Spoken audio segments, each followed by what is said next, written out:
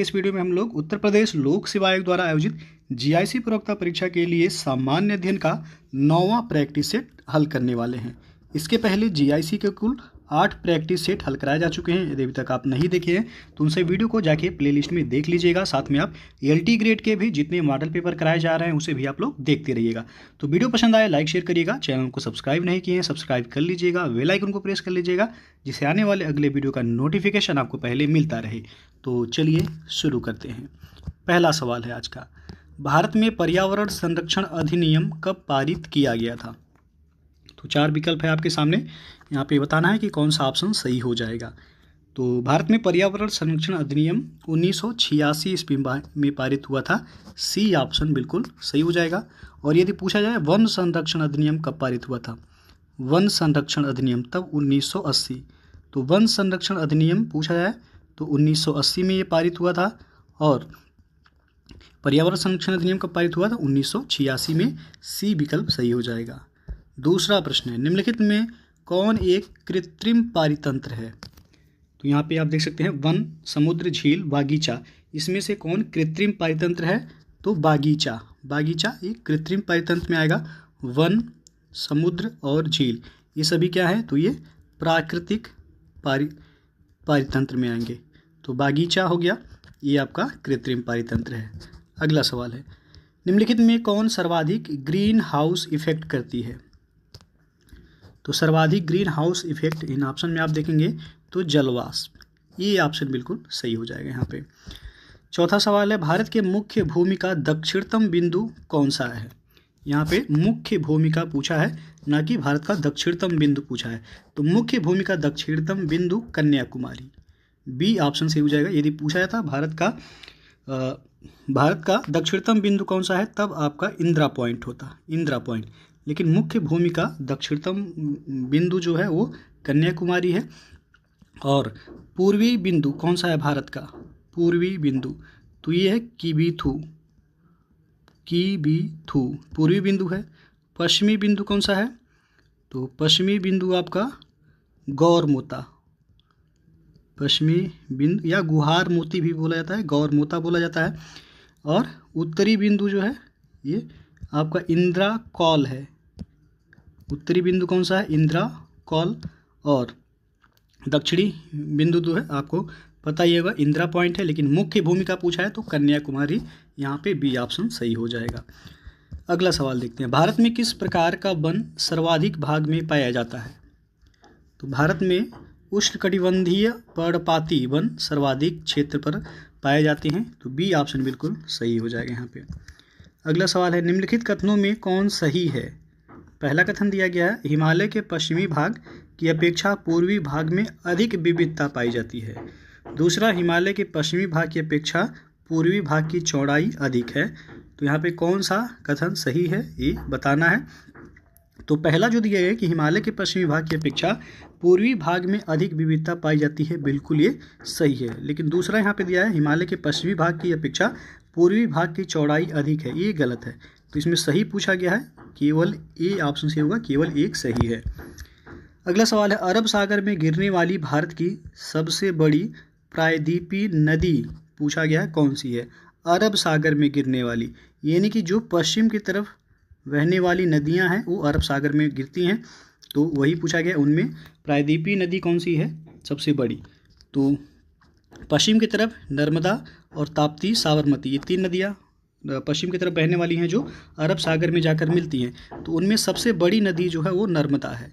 C option बिल्कुल सही हो जाएगा। इसकी लंबाई 1312 किलोमीटर है, 1312 किलोमीटर लंबी नदी है। और ताप्ती नदी की जो लंबाई है 724 किलोमीटर है, 724 किलोमीटर।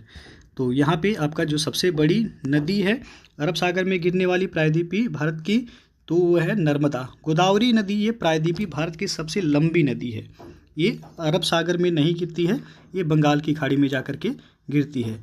तो प्रायद्वीपीय भारत की सबसे लंबी नदी पूछा जाए तो गोदावरी होगा, ये 1465 किलोमीटर लंबी नदी है। तो यहाँ पे सवाल के हिसाब से जो पूछा गया है नर्मदा इसका सही उत्तर होगा। अगला सवाल है, चाय की खेती के लिए निम्न में से कौन सी मिट्टी सबसे उपयुक्त है? तो चाय की खेती के लिए अम्लीय मिट्टी सबसे उपयुक्त मिट्टी होती है। ये पहाड़ी ढलानों पे चाय की खेती की जाती है, सीढ़ी नुमा खेती करके चाय की खेती होती है, तो अम्लीय मिट्टी इसके लिए सर्वाधिक उपयुक्त मिट्टी मानी जाती है।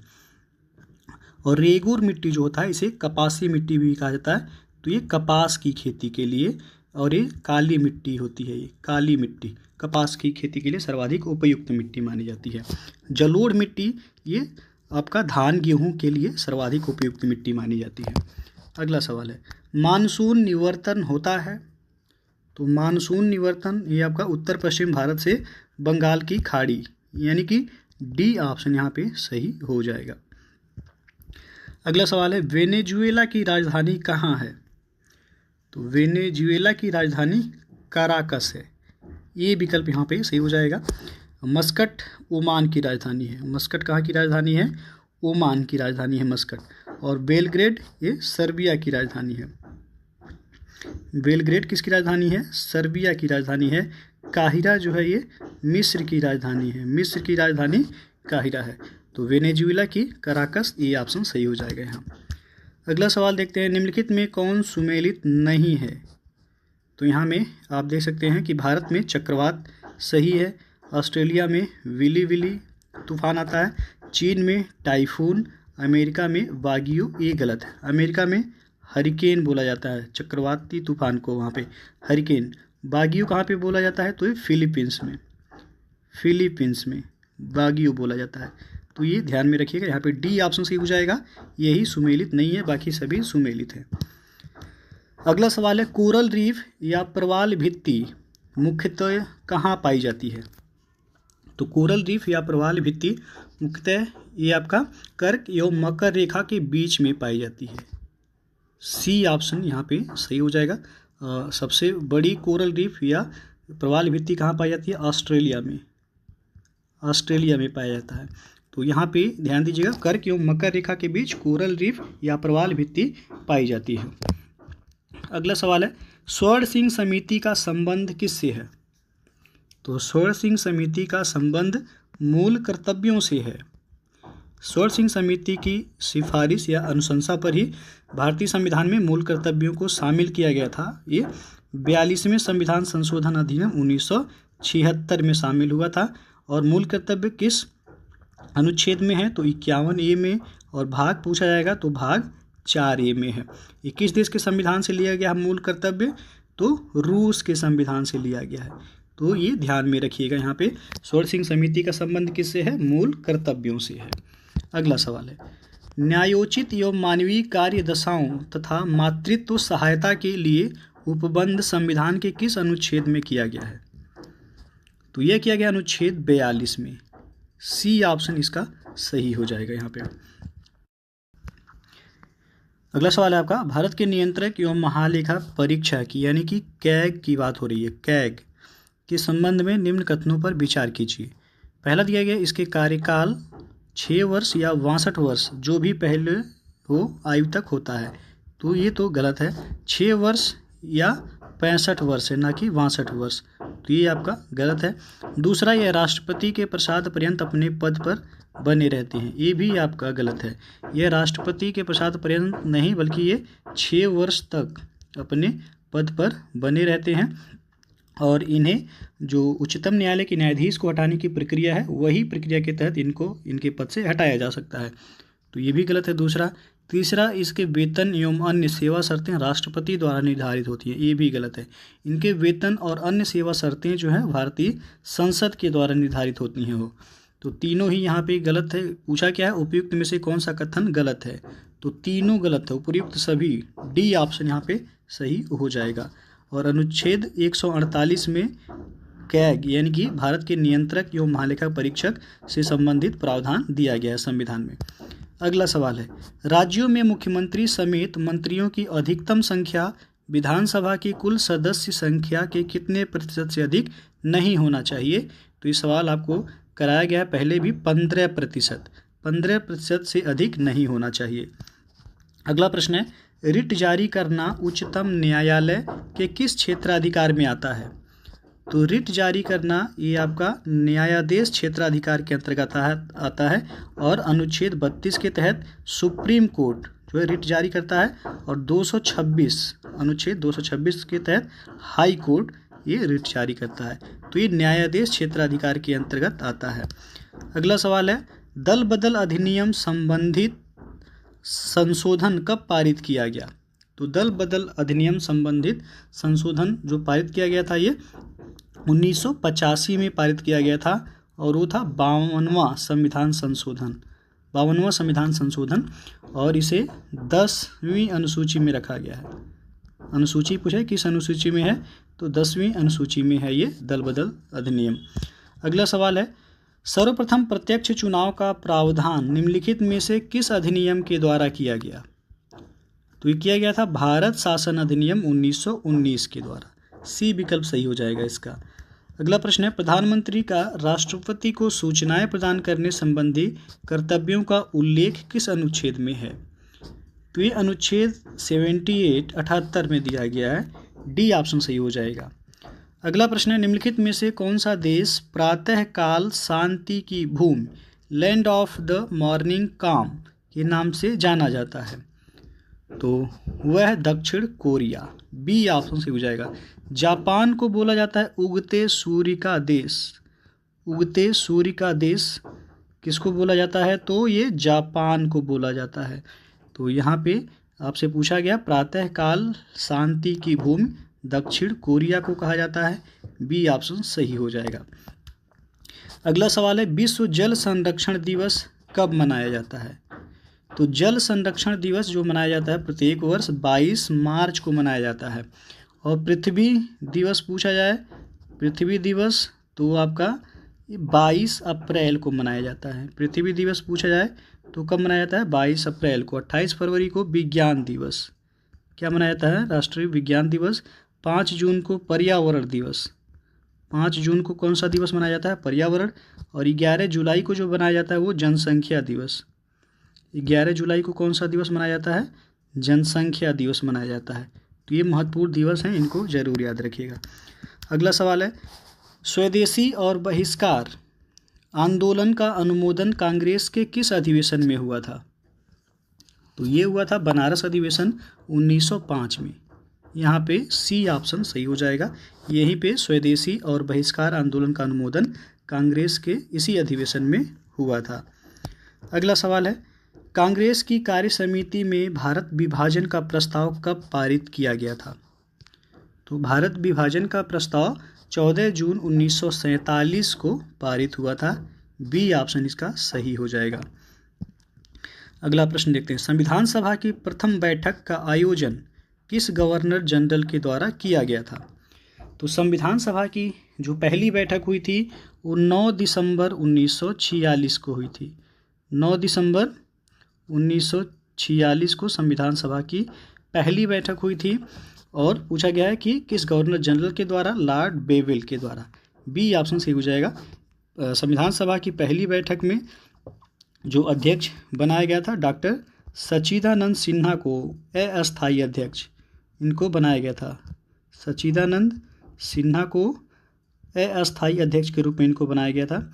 और जो दूसरी बैठक हुई 11 दिसंबर 1946 को दूसरी बैठक में डॉक्टर राजेंद्र प्रसाद को अस्थायी अध्यक्ष चुना गया था।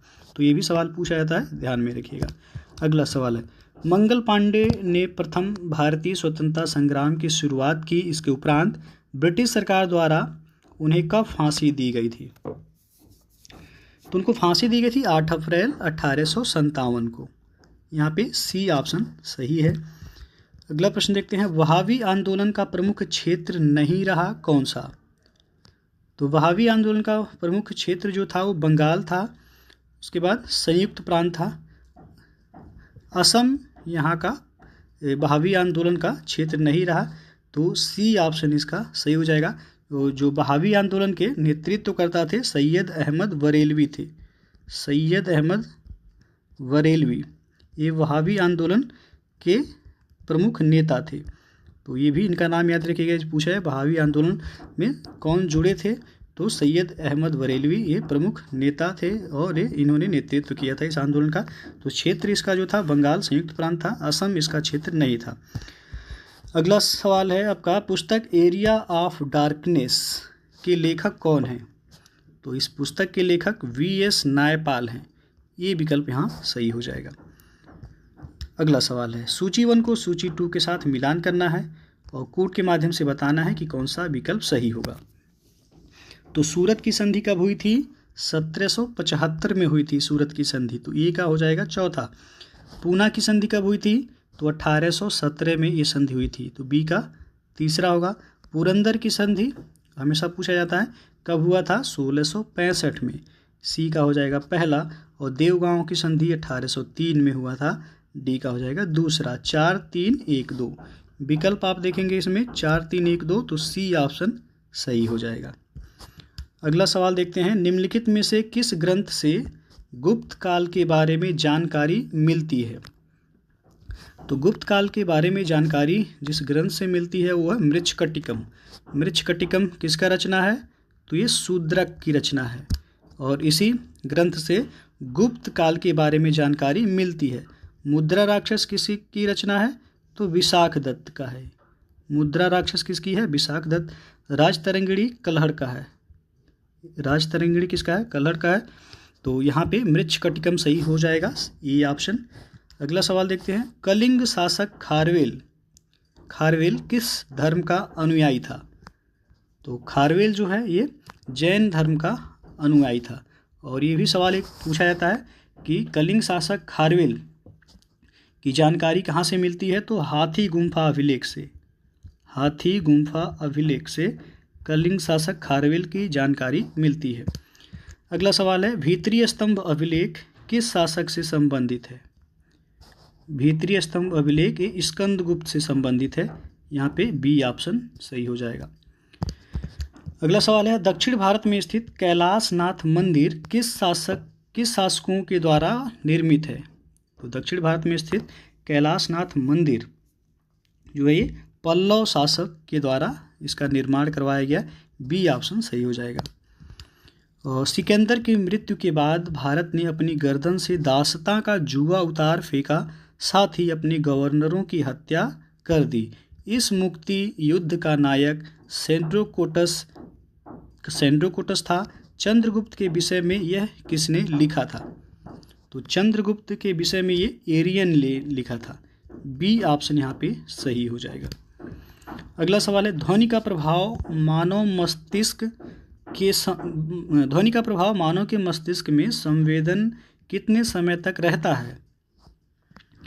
तो ये 1/10 सेकेंड तक, यहाँ पे बी ऑप्शन बिल्कुल सही हो जाएगा। ध्वनि का प्रभाव मानव के मस्तिष्क में संवेदन जो रहता है वो 1/10 सेकेंड तक रहता है। अगला सवाल है, नेत्र में प्रवेश करने वाले प्रकाश की मात्रा का नियंत्रण निम्न में से किस अंग के द्वारा किया जाता है? तो ये आइरिस के द्वारा किया जाता है। नियंत्रण किसके द्वारा? तो आइरिस के द्वारा किया जाता है। अगला सवाल है, रक्त की अशुद्धियाँ किस अंग में जाकर छनती हैं? तो वृक्क में छनती हैं, ये बी ऑप्शन सही हो जाएगा यहाँ पे। रक्त का कितना प्रतिशत भाग प्लाज्मा होता है? तो रक्त का 55 से 60% भाग क्या होता है? प्लाज्मा होता है, यहाँ पे सी ऑप्शन सही हो जाएगा। अगला सवाल है, एक पौधे पर पुष्पन होने के लिए उत्तरदायी हार्मोन कौन सा है? तो पुष्पन होने के लिए पौधों पर उत्तरदायी हार्मोन जो है वो फ्लोरिजीन है, यहाँ पे डी ऑप्शन सही हो जाएगा इसका। और अंतिम सवाल है, इंद्रधनुष किसके कारण बनता है? तो इंद्रधनुष ये आपका परावर्तन और अपवर्तन दोनों ही के कारण बनता है, तो यहाँ पे डी ऑप्शन आप देख सकते हैं सही होगा। परावर्तन एंड अपवर्तन दोनों के कारण इंद्रधनुष बनता है। तो दोस्तों ये था आपका जीआईसी प्रवक्ता के लिए जीएस का 9वां प्रैक्टिस सेट। इसके पहले जीएस के कुल 8 प्रैक्टिस सेट सॉल्व कराए जा चुके हैं। यदि अभी तक आप नहीं देखे हैं तो उन सभी वीडियो को चैनल के प्लेलिस्ट में जाके देख लीजिएगा और नीचे डिस्क्रिप्शन में प्लेलिस्ट का लिंक भी दे दिया गया, वहां से जाके आप देख सकते हैं। साथ में एलटी ग्रेड की भी जीएस का मॉडल पेपर कराया जा रहा है, तो उसे भी आप देखते रहिएगा। वीडियो अच्छा लगा हो तो लाइक शेयर करिएगा। चैनल को सब्सक्राइब नहीं किए हैं सब्सक्राइब कर लीजिएगा, बेल आइकन को प्रेस कर लीजिएगा, जिससे आने वाले अगले वीडियो का नोटिफिकेशन आपको पहले मिलता रहे। तो वीडियो को पूरा देखने के लिए बहुत बहुत धन्यवाद।